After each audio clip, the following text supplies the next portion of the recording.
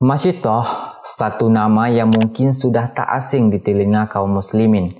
Namanya begitu terkenal di langit bahkan di bumi. Kisahnya begitu klasik karena terjadi ribuan tahun yang lalu. Tepatnya zaman Mesir kuno di mana Fir'aun, sang raja bengis, berkuasa. Masyitoh seorang muslimah yang tak kenal takut pada penguasa kafir. Imannya tak goyah meskipun menahan perihnya air mendidih. Lantas, bagaimanakah kisah kehidupan Masyitoh? Simak video ini sampai tuntas.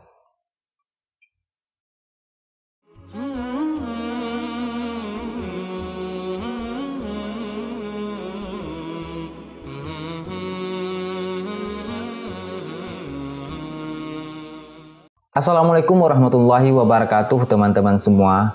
Gimana kabar kalian? Semoga sehat-sehat selalu serta dimudahkan segala urusannya. Masyitoh merupakan salah satu pelayan istana Fir'aun. Ia bertugas sebagai tukang sisir putri Fir'aun. Sejak bertahun-tahun silam, keluarga Masyitoh setia melayani istana. Namun tak ada yang tahu keimanan Masyitoh, termasuk sang majikan, yaitu Fir'aun. Ada satu kisah teman-teman, di saat Nabi Muhammad SAW melakukan Isra Mi'raj. Suatu ketika saat Rasulullah SAW melakukan perjalanan Isra Mi'raj, Nabi mencium aroma yang sangat harum. Serbak wanginya itu membuat langkahnya berhenti. Rasulullah pun penasaran, kemudian ia bertanya kepada malaikat Jibril. "Harum apakah ini wahai Jibril?" tanya Rasul. Malaikat Jibril pun menjawab, "Itu adalah wangi dari kuburan seorang wanita solehah bernama Masyitoh. Wanita itu ya Rasulullah, ia memegang teguh keimanan kepada Allah Subhanahu wa Ta'ala." Teman-teman semua, siapakah Masyitoh wanita solehah yang disebut oleh Jibril itu? Ternyata ia hidup di zaman Mesir kuno, zaman di mana Fir'aun, si raja bengis dan kejam, memimpin. Era di mana Fir'aun yang angkuh selalu menganggap dirinya sebagai Tuhan. Di mana kehidupan Mesir kuno yang serba tertekan. Ternyata ada beberapa orang yang diam-diam beriman kepada Allah Subhanahu wa Ta'ala dan Nabi Musa alaihissalam. Mereka mengikuti tuntunan kitab, yaitu kitab Taurat yang dibawa Nabi Musa alaihissalam.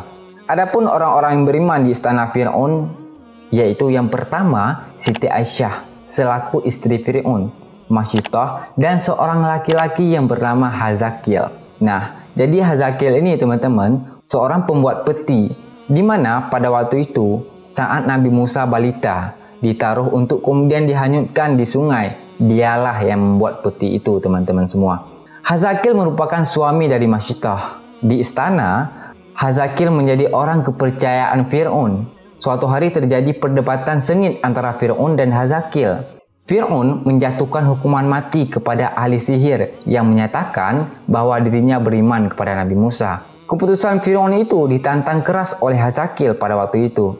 Melihat sikap Hazakil membuat Fir'aun curiga. Jangan-jangan Hazakil selama ini sudah beriman kepada Nabi Musa. Teman-teman semua. Dan benar saja Hazakil ternyata beriman kepada Nabi Musa. Fir'aun pun memberinya dengan hukuman mati. Keputusan Fir'aun itu ternyata tak membuat Hazakil takut.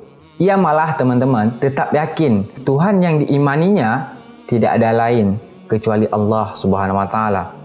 Teman-teman semua, keesokan harinya ternyata suami Masyitoh ditemukan meninggal dengan kondisi yang sangat mengenaskan. Tangannya terikat di pohon kurma, tubuhnya penuh dengan tusukan anak panah. Masyitoh pada waktu itu sangat sedih melihat kondisi suaminya. Namun ia bersabar dan berserah diri kepada Allah atas kepergian sang kekasih.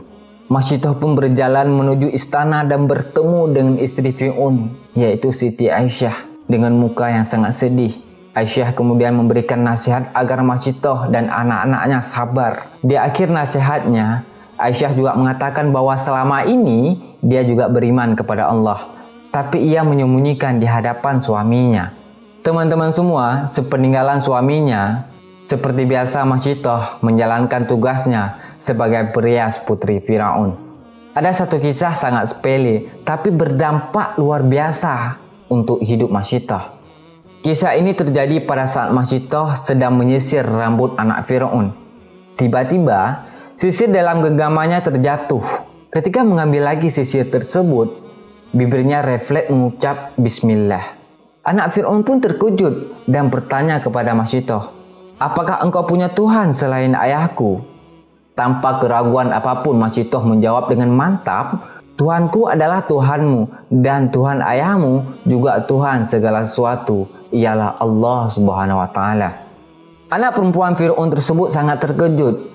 Saat itu ia menampar dan memukuli Masyitoh sambil berkata, "Akan kuadukan hal ini pada ayahku." Teman-teman sekalian, Masyitoh dengan tenang menjawab tanpa perasaan takut sekalipun. "Silahkan saja," ujar Masyitoh.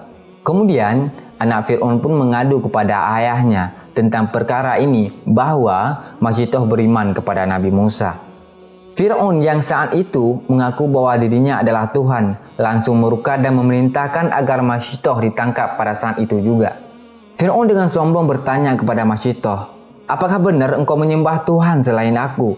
Dengan tegas Masyitoh menjawab, "Iya benar, Tuhanku, Tuhanmu, dan Tuhan segala sesuatu hanyalah Allah, dan hanya kepadanya aku menyembah," ujar Masyitoh. Sang penguasa Mesir kuno ini sangat marah mendengar jawaban tersebut. Kemudian Fir'aun memerintahkan kepada para pengawalnya untuk menyiksanya dengan mengikat kedua tangan dan kakinya di hadapan warga Mesir kuno. Hal ini sengaja Fir'aun lakukan agar mereka tahu jika melawan Fir'aun akan berakibat fatal, bahkan nyawa jadi taruhan. Teman-teman semua, bahkan tak hanya sampai di situ penderitaan yang dialami Masyitoh. Fir'aun juga mengeluarkan ular-ular yang berbisa yang dilepaskan oleh para algojo di istana untuk menggigit tubuhnya. Penyiksaan dan penderitaan yang dialami seorang yang teguh imannya berlangsung dalam waktu yang sangat lama, teman-teman. Teman-teman semua, setelah mengalami berbagai penyiksaan dan penderitaan, Fir'aun pun datang serta melihat kembali keadaan dan ia berkata kepada Masyitoh, "Wahai Masyitoh, apakah engkau hendak kembali atau murtad dari keyakinanmu?" Masyitoh tetap teguh menjawab, "Tuhanku, Tuhanmu, dan Tuhan segala sesuatu ialah Allah Subhanahu wa Ta'ala." Mendengar keteguhan iman Masyitoh, Fir'aun pun tak kuat menahan amarahnya, dan seketika ia mengambil keputusan untuk menyiksa dan membunuh anak-anak Masyitoh. Ia berkata pada waktu itu, "Wahai Masyitoh, apakah kamu tidak sayang dan cinta kepada anak-anakmu?" Masyitoh menjawab, "Jangan tanya soal itu, wahai Fir'aun. Saya ibu mereka yang rela melahirkan mereka antara hidup dan mati. Saya besarkan mereka dengan jujuran air mata, keringat, kadang gelangan darah. Tidak ada ibu yang tidak cinta kepada anaknya, wahai Fir'aun. Tapi ini akidah. Iman saya lebih mahal daripada kecintaan saya terhadap anak-anak saya. Saya rela berpisah dengan mereka untuk iman saya, wahai Fir'aun." Singkat cerita, teman-teman, Fir'aun pun menyuruh kepada pasukannya untuk menyiapkan kuali yang besar yang diisi dengan air. Kemudian ia rebus sampai mendidih. Teman-teman semua, pada saat itu air mata Masyitoh mengalir deras. Tak kala ia harus melihat anak sulungnya yang kesakitan menahan panas air mendidih yang di dalam kuali tersebut. Melihat Masyitoh menangis, Fir'aun pun memujuk kembali Masyitoh agar berpikir ulang tentang keimanannya. Yang lebih hebatnya, teman-teman, pendiriannya malah makin mantap untuk tetap teguh menjaga imannya sampai mati. Inilah Masyitoh, teman-teman. Pada saat itu, teman-teman semua, dengan sigap Fir'aun meminta prajurit untuk memasukkan anak Masyitoh yang berikutnya ke dalam kuali tersebut. Belum lagi kering air mata Masyitoh atas siksaan anak pertamanya. Kini hatinya remuk melihat kembali anaknya merenggang nyawa dalam air yang sangat panas itu. Fir'aun pun kembali menawarkan perkara imannya. "Apakah kamu tidak berpaling dengan imanmu, wahai Masyitoh? Kalau tidak, sekarang giliranmu beserta anak kecilmu yang akan saya masukkan ke dalam kuali yang sangat panas ini." Pada saat itu, teman-teman, hati Masyitoh menjadi ragu. Dengan bingungnya memikirkan tawaran Fir'aun, ia merasa iba pada bayi bunyi dalam gendongannya. Anak itu masih menyusu. Masyitoh pun memikirkan ucapan Fir'aun sambil menangis. Atas izin Allah, teman-teman, tiba-tiba anak bungsunya itu berbicara, "Duhai ibuku, janganlah kau ragu, masuklah. Sesungguhnya siksaan dunia lebih ringan daripada siksaan akhirat." Tanpa ragu ia pun memutuskan untuk mati dalam kuali itu. Masitoh teman-teman telah memberikan banyak inspirasi sekaligus motivasi untuk kita dalam mempertahankan iman. Ia begitu sabar dalam menghadapi berbagai cobaan hidup di dunia. Karena menurutnya, dunia hanyalah sementara.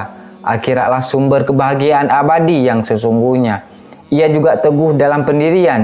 Itulah yang dilakukan Masitoh beserta anak-anaknya. Dan yang paling penting teman-teman semua, menggenggam iman. Masitoh sang penggenggam iman telah mencontohkan kepada kita bahwa sesungguhnya iman adalah senjata yang sangat ampuh untuk menjadikan kita dekat dengan Allah Subhanahu wa taala. Wallahu a'lam bishawab. Assalamualaikum warahmatullahi wabarakatuh.